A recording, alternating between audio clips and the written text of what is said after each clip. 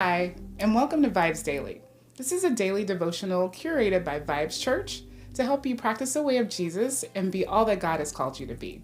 You have joined us for our year-long series titled Devoted. Acts 2:42 tells us that the followers of Jesus were devoted to the apostles' teaching, to fellowship, to breaking of bread, and to prayer.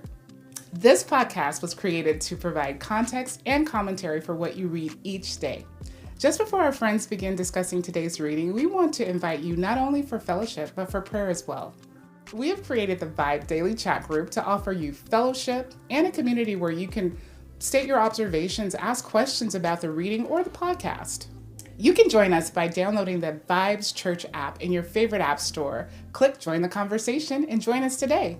And finally, we hope that you can join us for prayer. Prayer happens Monday through Friday, and more information on that can be found on the VIBEZ Church app under prayer. Now, let's begin our conversation on today's reading.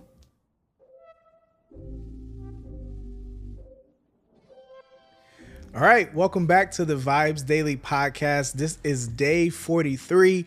So excited to have you back with us. I am joined again by my wife, Victoria, and my friend, Shameeka.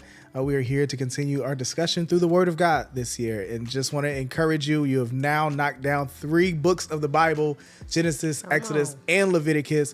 And so just want to encourage you to continue on in that. We are picking up here in the book of Numbers today, and so we will be in the book of Numbers this entire week. But just before we get into our discussion, we like to start with a Bible question each week. And this week, I wanted to just ask you all if there is any particular person in the Bible kind of with whom you resonate most, somebody that just is most significant to you. I'll leave it generalized like that. It could be your favorite person, somebody you think you most like. It doesn't really matter. Anybody that resonates with you specifically. Yeah, I feel like I'll go. I always have you go first, so I'll go first. Yes, I have 2 people that come to mind, but the first person is Paul. Like, I remember reading the Bible. He was the first person that, like, I was like, I want to aspire to be like him. Just his exhortation for the church and how he encourages.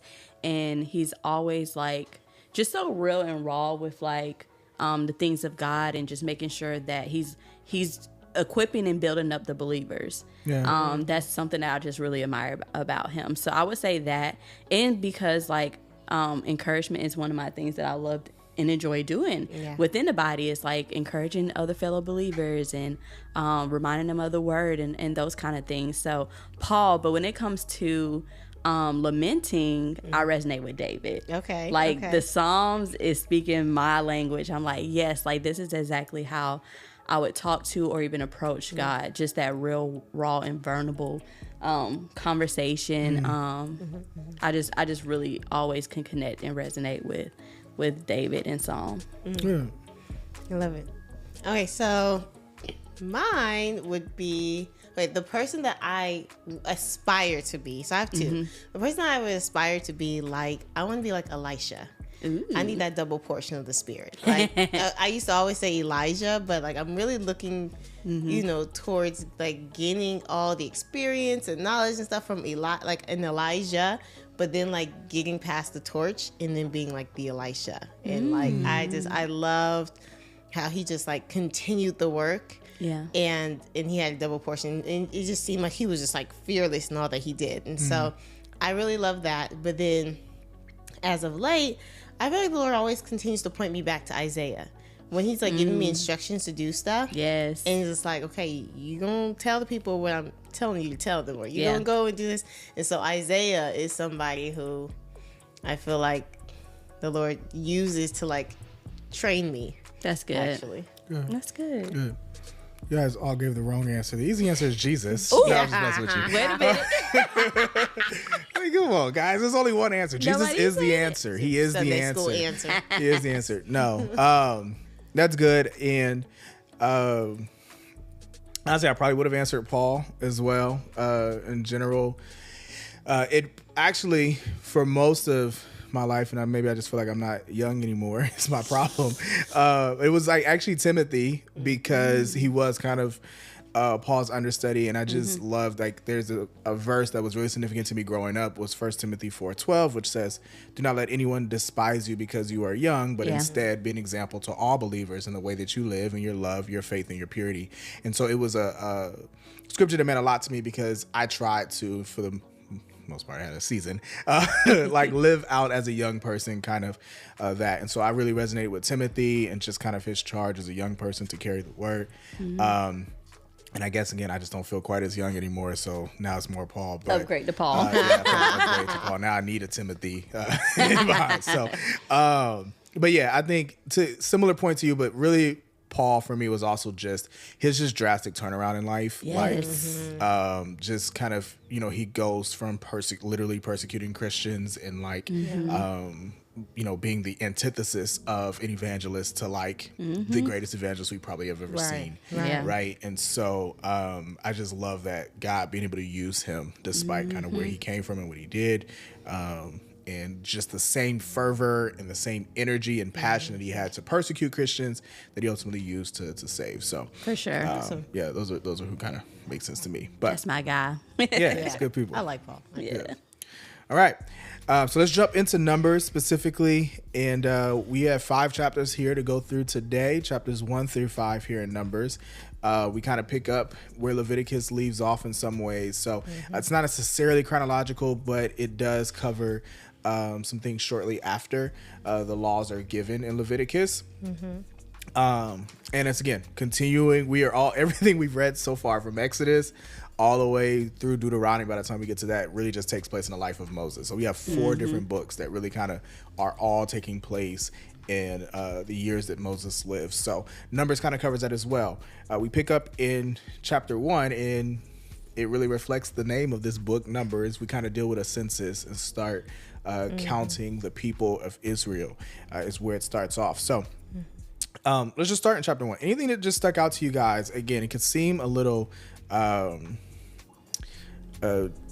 I don't know, monotonous, right? To just kind of go over how many people there were in Israel at this time. But was there anything that you guys noticed that was significant or stuck out to you? It's been 2 years, y'all. 2 years, yes. It's been 2 years. And so as much as I want to give them gripe, and especially going through the numbers, like this week, like seeing how they have rebelled against God, I just have to remind myself, like, it's been 2 years and still no more promised land. And building of stuff and doing stuff and being hungry for days and possibly weeks. Like, they probably endured a lot in the in-between time. And so although we're reading this within a week or so, like, this was years, right? And so 2 years. It just seemed like I was like, really? It's been 2 years. But yeah. I know for me, like, what stuck out is I love getting these, like, census, if you will, or like just these number counts, because it's a reminder of how big the Israelites were. Because again, I always forget when reading that Moses wasn't talking to just this small group. Like, there were thousands. This is a whole population in a community of people.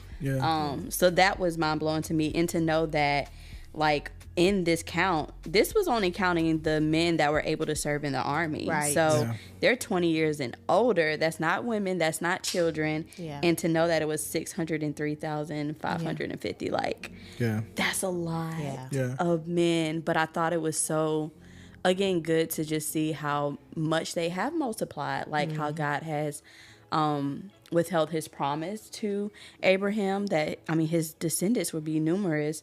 And seeing that, like, if I hear that number and see that many men, I'm like, oh, we set. We can take out anybody with this. So that was something that really stuck out to me just in this first chapter. And then, like, I've heard a few times that scholars say that, like, there had to be about 2 to 3 million people here.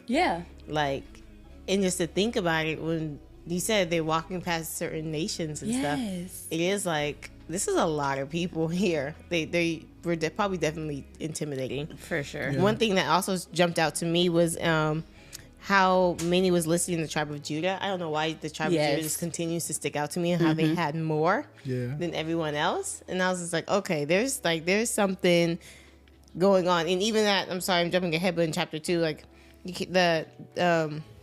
the camp of Judah was one of the first ones to, like, march out, like when they were scheduled to like move out in their order. And so I thought that was really interesting that there was like this extra blessing of that tribe. Yeah. Yeah. Oh no, yeah, you're not getting ahead, because honestly, like, that is one of the biggest things as we read through this week is seeing, you know, we talked about a little bit in Exodus when we were going through the story of like Joseph. In Genesis when we were going through the story of Joseph, like how much of a factor Judah was in, you know, sparing Joseph's life, and ultimately like kind of standing up for making sure that like Benjamin had to come, or trying to put his life on the line for Benjamin. Right. Like we kind of saw a lot of that with Judah. He played a big role in that. There's a few different things I thought was interesting with like Judah's like impact in this. Again, one, yes, him being the largest tribe, but like as we get through it, I think there's some other things I thought were extremely interesting. And again, we know, foreshadowing, this is the lineage of Jesus, right? This is who Jesus will come from. But I do think it's interesting that even early on there seemed to be significance. In Israel, before he died, he did leave Judah an extra like special blessing. He did. So we're getting to see that be fulfilled for sure. But then also, because we kind of went a little bit into too, but I think this was at the end of chapter 1, just seeing how God set apart the Levites. That was interesting to me, because it was something that I didn't see it coming. Like, it wasn't like, at least on my end, that we saw it foreshadowed or whatever, but then to see that God set them apart and gave them a really important roles in the tabernacle.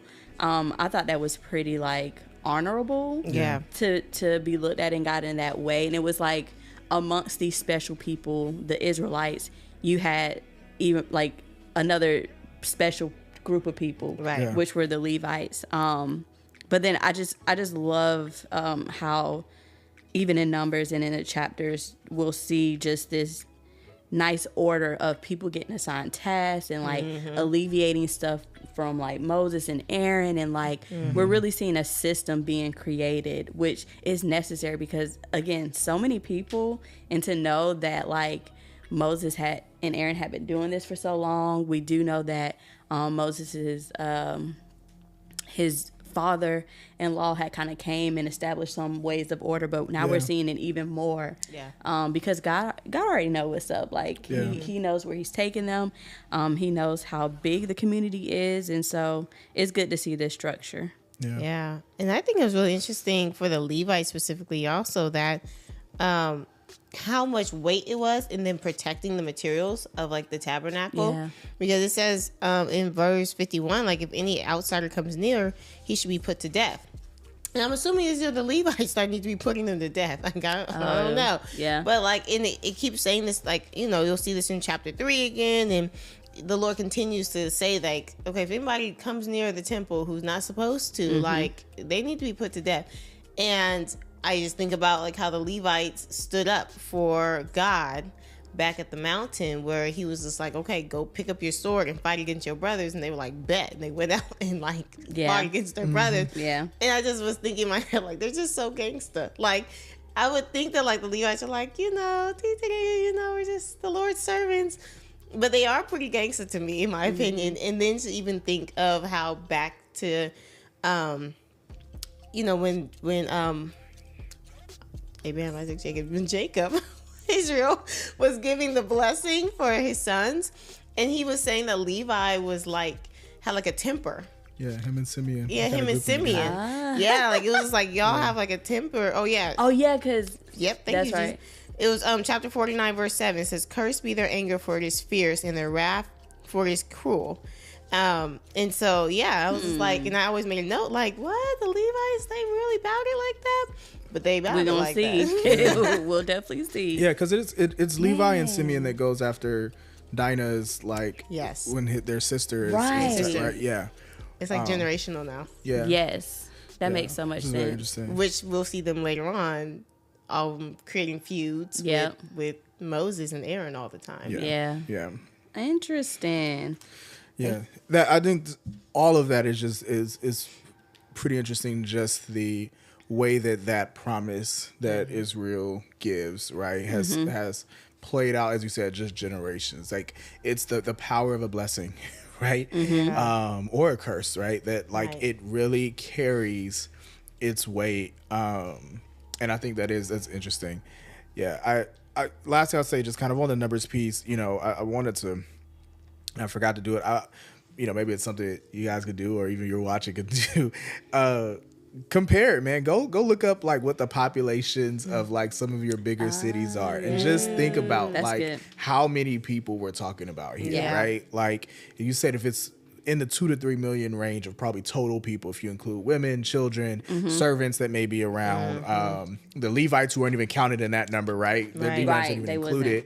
And so, like, yeah, think about the cities, the largest cities in America. Like, how many people are in there? And compared, like, that's literally what's marching around this wilderness right now.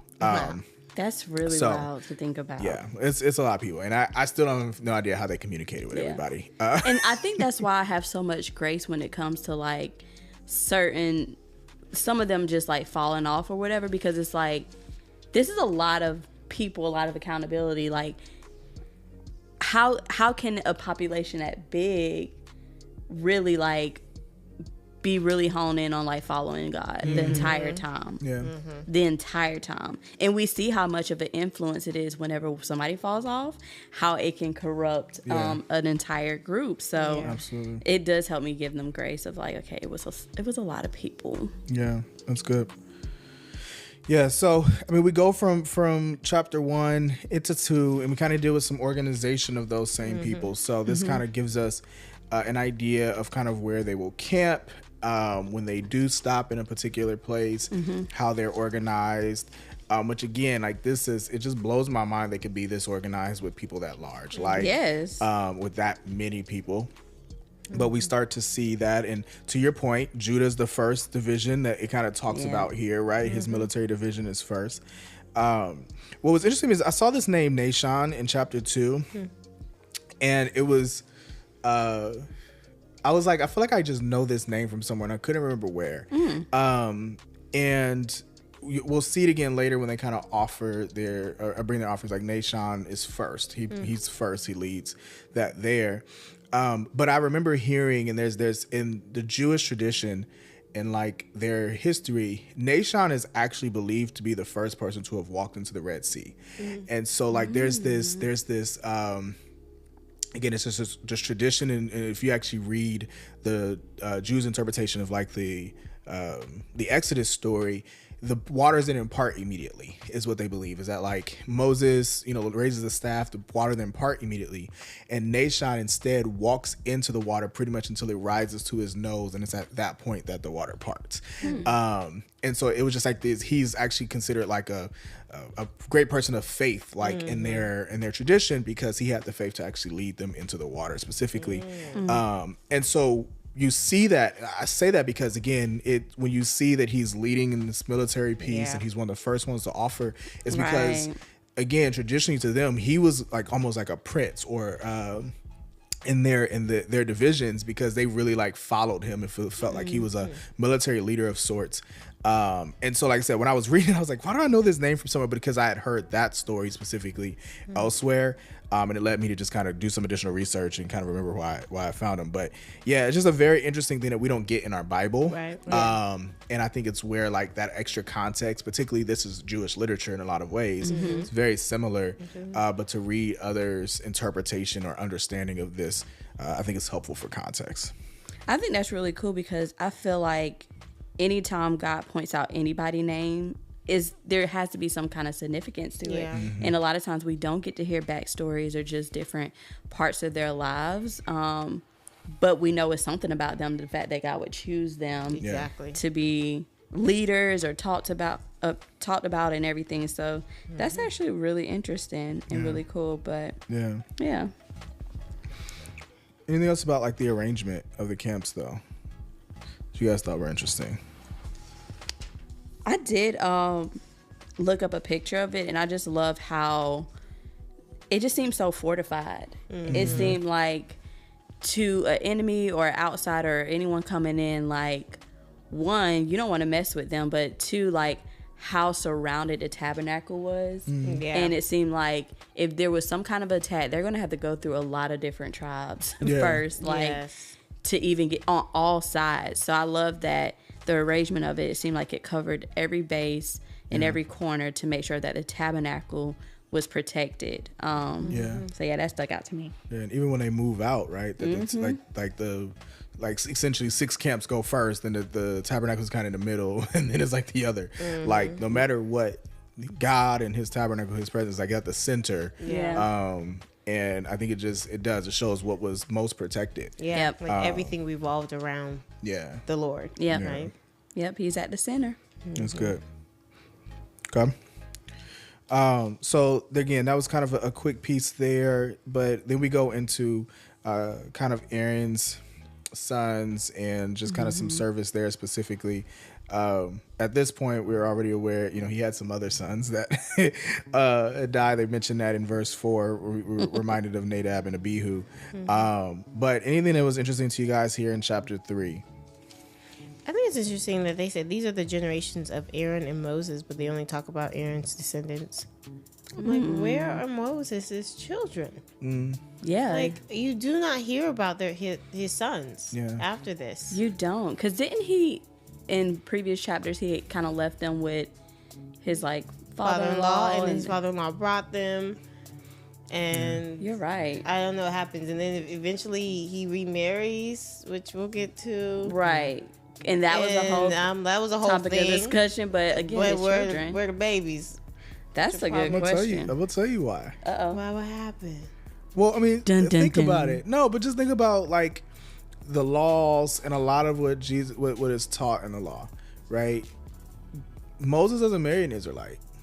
Yeah. Right? And so his children and thereafter, whereas like one, Aaron is considered the priest, right? He's kind of considered that. And so his children are the ones that will carry that lineage, but they're also Israelites, right? Kind of like impure. And we know that, like, we find that matters to God, right? Yeah. Like that they are, especially those that serve in His house, right? That they are purified and they're consecrated and they're set apart. And my belief is, what I'm assuming is, Moses' kids can't claim that, right? Because they're half Midianite, right? His wife was Midian, and then eventually Cushites. And I don't think, as far as who could serve in the house of God, like in His tabernacle, I just don't think his children would have qualified based off of what we've read in context, like in how much it mattered to him, like how the Levites really carried themselves. Especially the Levites and the priests, like you said, because we just read through like the Levites and the priests and who they could marry and who they couldn't. And that's true. Yeah, he's very specific about how the Levites ought to live and how they ought to be consecrated. And so I just think Moses' kids they don't qualify. They were left out the book, y'all. Like, they for really real, they were was. left out the book. Yeah. Like they made it in Exodus, but they were after. You don't see their names. Yeah. Yeah. So I mean, we get to the rest of 13. To your point, I mean, we get the Levite census, so we kind of go through those names and those different clans as well, specifically. I thought it was interesting, kind of this redemption of the firstborn piece. It's in the second half of 3.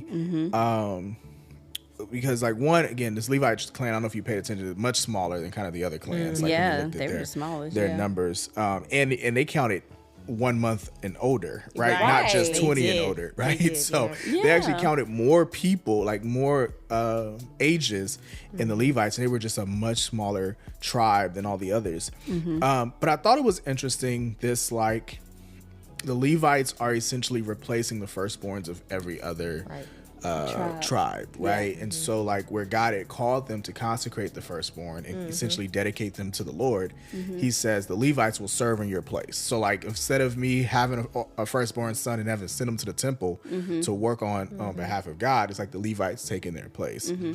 And I just thought that was an interesting arrangement that God kind of set the Levites aside. And then, because the Levites were a little less, a little more, they had to kind of pay the shekels to kind of offset it. But anything that you guys thought was interesting in that specifically, or anything else kind of in 3? I mean, I thought that was interesting too, but also, like, as you were talking, I was wondering if, because like you said, you gave this correlation of the firstborn being the one to serve for the Lord. I wonder if it was kind of easier in a sense, like if it was just one group of people within the group, like the Levites, because they were getting such like instruction and responsibility and stuff, and like had to be responsible for such like honorable and like sacred, holy things. I wonder if that was the reason why like he only focused on their firstborn, because even though we'll see later with the Levites, but I just imagine like there was just so much happening within these other communities too, where there's quarreling happening. There's these people they over here ready to worship gods again and stuff. And so I don't know. I wonder if that was God's way of being like, okay, let me stick to a specific people of the Israelites. Yeah. We're training them up. Like, don't mess up. Like, get this right. I don't know. Yeah. Yeah, that's interesting. That's an interesting point, because I was literally just thinking about how the Levites, their whole life was, like you said, a dedication to the Lord and everything that they did. And, like, they were focused on serving. Like, that was their job. Like, they weren't focused on, doing any crops, and they weren't focused on, shepherding or anything. Like, and it was, like, guarding and pretty much guarded with your life, right? Like in verse 10, it says like that Aaron and his sons, like the Levites and all, that they should guard their priesthood. Like, and then he was like, once again, if any outsider comes there, like, put him to death. Like, this was like serious, right? Yeah. Yeah, they devoted their entire lives to. And so, yeah, I think that it was very special and very like weighty that they like had to be, and they'll keep guard. Like, even like in verse 32 for me, it was just like they were supposed to keep guard over the sanctuary. Like, they had shifts, they had watchmen, like they had guards. Like, this was not a light thing. But like you said, it definitely did take the dedication of one's whole self to account for what the Lord needed here, because the other Israelites, to your point, they're torn in different places. Like, they're doing other things. Like, they're worried about keeping the land and all the other stuff, right? And gathering but yeah. Yeah. Well, we kind of get into some of those roles, those responsibilities in chapter 4, right? And so they kind of break it up. I think, Shameeka, you referenced this earlier, that like everyone kind of had a role, or they had, like you said, there was organization. They had divvied out these responsibilities, which I just thought was interesting. As you said, like, it's like literally my family's job is to take care of, the cloth and the lampstands and the snuffers, right? Like, that's my family's job. Your family kind of handles this. So anything that you guys thought was interesting aside from that, because we kind of referred to that earlier here in chapter 4, as it breaks up the different kind of families of the Levites, those different descendants, and some of the roles that they had. Yeah, I think that everyone had a very important role, but it seemed like the Kohathites were the ones that had like the most that part of an important role. They had to carry the things that were in the tent of meeting, and of course they couldn't touch anything that was holy or they would die. But with them having this like very, very, very important role, these were also the people that Moses and Aaron came from. So I wonder if that was why there was this importance for them, is because that's where Moses and Aaron came from. Yeah. I think I was thinking in my head as I was reading how many times they mentioned that the Kohathites were like over the most holy stuff. I was like, oh, they probably started feeling themselves, which is why, we see some quarreling later of like, like us Levites, aren't we all holy? Like, why just you and Aaron? Like, we all holy up in here. Like, I'm able to touch the most holy stuff. Like, to me, it seemed like it probably even gave them the like, we get to deal with the most holy stuff. I was just putting stuff in here, but yeah. Yeah, I don't know. I thought it was interesting to me, you kind of spoke about dedicating their whole life to it, but like they really didn't exactly, because they hadn't had like a working age, right? Yeah. So, and they refer to it like, at this point it's like 30 to 50. Later they'll also say 25 to 50 for kind of a different group. But like there was like this clear old enough to serve, and then like I don't want to say too old to serve, but like it's time for you to rest and take your seat and retire. And yeah, I feel like it's like the first place I've seen retirement probably in all of scripture. Yes, and I can't remember what chapter that was in, but I remember being like, okay, God gave them a retirement plan. Yeah, like that's it was just amazing. Like, right? He was just like, 30 to 50 here. Yeah, that's in verse 30. And it's just like, this is the time, the age you are to work. And it's in 30, it's in 23, it's also back in it's all over. because they deal with it with each verse 3, so they deal with it with each family. But I just thought it was very interesting that they kind of had this working age. Like this is the age when you are capable of doing this work, and then after that, like you said, sit your behind down and make way for the next group. Sign up. That's what I'm saying. I was like, that's still young. 50 is still young. And thank you, Lord. I can rest. So and make room for the others who are able-bodied, right? Who are true. More like who just like and let's call it what it is. I think we struggle with this, right? Like we struggle with making room for the next generation that's up, the younger people that are coming behind us, and giving them the opportunity to step into that same role of service and leadership, and just giving the space and be like, my time is done.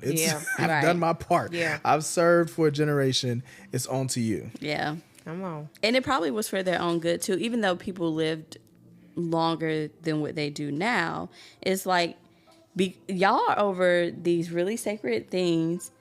We don't need no slip ups. Like I don't need your mind to fail you, or just old age to get at you. Your sight to give out on you in a way to where you can't really fulfill your duty and your job the way that God intended. So and as we even know, like even the type of people that the Lord let close to his tabernacle, like especially like the priesthood, like you couldn't have any deformities or anything. So even like you said, like this deterioration of age might have even been something to it. That's a good point. Good. Okay. We'll move kind of quickly. We have one more chapter here today to kind of look at. Chapter 5, it kind of starts to remind us a little bit more of Leviticus again, right? We kind of get back to some laws. First dealing with some unclean piece, some compensation for wrongdoing, and just kind of like a penalty for that. And then one of the most challenging parts of Numbers so far for me is the second half of chapter 5 we'll get to, and a man thinks his wife is potentially cheated. But anything kind of in this first part of 5, just like some of these instructions here that you guys thought was interesting. I just love verse 3. It again reminded me, and sometimes I always forget, but it reminded me that like the point of even mentioning all these diseases and all this unclean stuff was like so that we know who can go near the temple and who can go near God's presence, or tabernacle at this point. Who can go near God's presence and who can't. Like all of the disease wasn't about them. It was all about like, were they able to be close to the Lord or not? And so verse 3 really showed me that again, that like they put people outside the camp so that they would not defile the camp in the midst of where the Lord dwelled. He was like, in the midst of where I dwell, I don't want any of this leprosy. And that knowing that the Lord wasn't probably really intentional about who got leprosy and who didn't, right? He knew. And I'm glad you said that too, because I feel like it also was a reminder of their sin. I just always think about like when God promised them, like, you won't have any sickness come near you. None of that. Like, if you just like follow me, worship me, like obey my commands. And it wasn't until they decided to like build this golden calf and all that stuff that like now as a result they have this. So I think it can be that reminder too of like their disobedience and their sin. Yet God isn't completely like just saying like, I don't want a relationship with you, but for the purposes that you said, like he's a holy God. So okay. Again, we get there's this compensation piece as well. It's kind of a brief piece, verses 5 through 10 here. But then like 11, and I think this takes us through the end of the chapter if I recall. There's this very like, I don't know, to me it kind of seemed a little random, like insert of this particular law. in this ritual or this way for handling situations where a husband believes his wife has slept with somebody else, but can't prove it, essentially, and like how to handle that. Anything that just like you guys thought was significant about it or stuck out to you, questions, opinions, anything about kind of that particular section. Yeah, this one was very interesting to me. First of all, they call it the law of jealousy. Yeah. Like it has a title. And the way that God kind of gives this strategy or instruction of like, this is how you can find out if it is or not. And I thought it was interesting that, one, that if the woman was to have committed adultery, how God immediately is attacking her womb as a result of it. It's like, okay, well, now you won't be able to bear children. You'll be able to conceive, but you're going to miscarry. Like, it was this curse over her womb as a result of her infidelity. Was interesting to me, for sure. But I do love that he did add in that piece of like, okay, but if she's not guilty, like if she's innocent, like, there won't be any harm. She'll still be able to be fertile and to have children and everything. But it also kind of feel like a little bit of a double standard because we're only hearing about the woman committing adultery. We don't hear about what happens if the husband does. Come on. So I was like, huh. Come on. I see. Yep. Yeah. You right. I'm not disagreeing with you. If you even go back to Levitical laws, there wasn't much penalty for men. Yeah. Who I mean, even if you think about the story, we talk about Judah. We've been talking about Judah a lot, right? Think about Judah and Tamar. Nobody was mad at Judah for sleeping with the quote unquote prostitute at the gate. Right. That wasn't the issue. That wasn't the piece that was an abomination. It was that Tamar got pregnant was the issue. And like, wait a minute, who you been sleeping with, right? Yeah. Like, where it's like, but bro, you was just at the gate. Like, you was just at the gate. You know what I mean? And so it is interesting. It is very interesting. And again, I'll be honest, I don't have the answer to this. Like, I don't know why God and his laws have made it so in such that way. Yeah. But I'm with you. Like, it feels, particularly in the day that we live now with equal opportunity and all this, right? Where you know, it's hard for us to kind of contextualize it, but it's interesting to go, God, why is all the onus and the pressure on the woman to even prove her innocence, mind you, right? Like, that she has to go through this thing to prove her innocence, just because the husband is jealous. Right. And I think it was really interesting too that, like, in my version it says, "And the spirit of jealousy comes over him." Yeah. And I'm like, oh, what is the spirit of jealousy here? Like, what is this? Like, is this an actual spirit here that is like lurking and like, okay, like tempting and and planting things, and so thoughts. And, planting thoughts, and I'm like, because either it could be, like I said, either it could be like Holy Spirit, like knock knock, get your girl, right, or it could be the enemy, like starting stuff. So I just don't know. I was really curious when he said this spirit of jealousy that comes over him. But I think it was also really crazy though that like these priests would be able to make this little concoction right, and it worked, right? Yeah. Like, and the God created this curse out of the things that he told them that, if I go over here and get some water and put some dirt in it, and so, like, nobody's womb would be shriveling up and falling out, like, right. But the fact that like this actually took place, and these things actually happened as a result of this whole like ritual, like it was like, wow, like this God is real. And I gotta drink this? I don't want to drink that. This God is real. Yeah, it's very interesting. Okay. Anything else in chapter 5 before we wrap up today? I'm just saying, you never got to worry about me, bad. You know. Give me the drink. I mean, look, we on baby number 5. I think your womb is fine. Your womb speaks for itself. Your womb speaks for itself. That's we okay. But yeah, look, we appreciate you guys joining us again today. Numbers is we'll talk about it more this week. Thank you guys for joining us day 1 through 5. Hopefully you'll join us again tomorrow as we continue through the book of Numbers. Until then, take care. God bless. Thank you for joining us for the VIBEZ Daily podcast. Be sure to like, comment, and subscribe on your favorite podcast platform, or download our favorite, the VIBEZ Church app. Visit vibes.church/devoted for additional episodes, notes, details, and the latest merch. Join us next time